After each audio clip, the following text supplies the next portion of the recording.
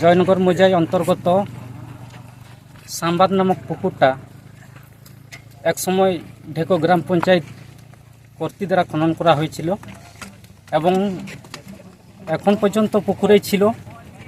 এই কয়েক মাস ধরে এরকম পুকুরের ভরাট কাজ চলছে। আপনারা কোথাও অভিযোগ জানিয়েছেন?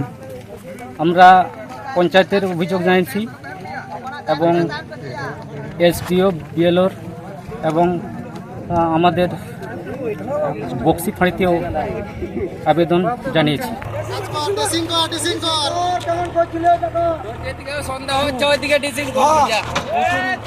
ঠিক আছে,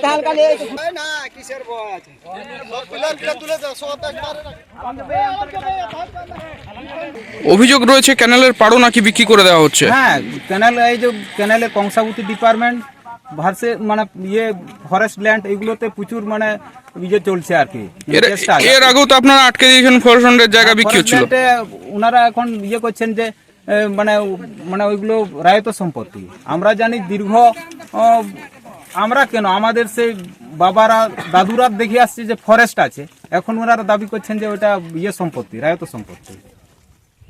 আমাদের যাতে এটা অবৈধ ভরাট যাতে না হয়, এটা আমাদের পুরো গ্রামবাসী সহ এলাকাবাসী সবার একমত হয়ে আমরা এখানে নেমেছি। সিপিএম আমলে আমাদের এই পুকুরটাই সরকারিভাবে কাজ হয়েছিল পঞ্চায়েত থেকে। সেই পুকুরটাই এখন পুনরায় দেখা যাচ্ছে সেই পুকুরটাকে ভরাট করা হচ্ছে।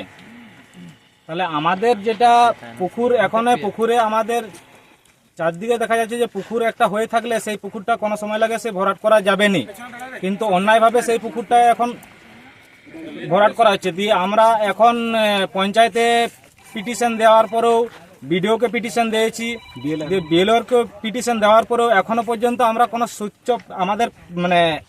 আমাদের সঙ্গে কোনো আলোচনা না করে আবার পুনরায় কাজটা আরো শুরু করা হয়েছে। কারা করছিল এই কাজটা এখন পর্যন্ত ম্যান ফিল্ডে আমরা এখনো পাইনি, যদিও গাড়িটা পেয়েছি, এখানে কাজ চলছিল, সে তাকে আটকানো হয়েছে। আমাকে উদ্ধার অন্তত করে দিয়ে যা। ওটা কি কোনো সরকারি জায়গা? সেটা সরকারি জায়গা বলে আমরা কি করি জানবো? পঞ্চায়েত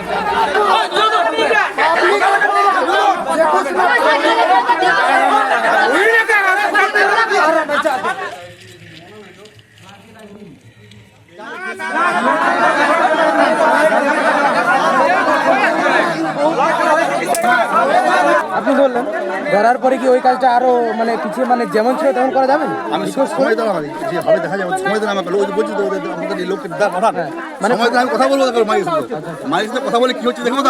আমি স্পটে সুবিধা হবে না তো। তৃণমূল মানেই চোর, প্রথম কথা। কারণ চুরিবিদ্যারা তৃণমূল কংগ্রেস যেটা দেখিয়ে দিয়েছে, চুরি বললে ভুল হবে, ডাকাতি করছে।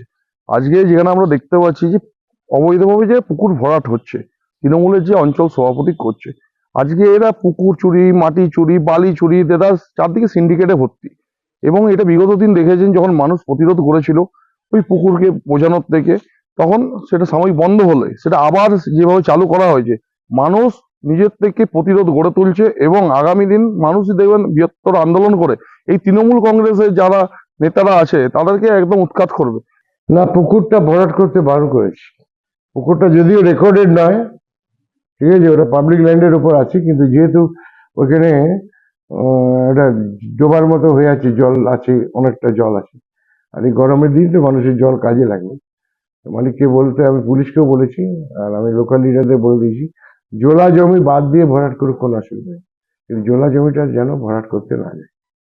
এর আগে পুকুর ভরাট করার চেষ্টা করেছিল, তখন কিন্তু গ্রামের মানুষ দেখুন, পুকুরটা ভরাট করলে মানুষের অসুবিধা, অন্য কিছু না। ওটা পুকুর রেকর্ডেড নয়, আমি তো জানি, শুনেছি। তার সত্ত্বেও মানুষ মানবিকতার জিনিস আছে, মানুষের এই গরমের সময় জলের প্রবলেম, কোথায় জল পাবে?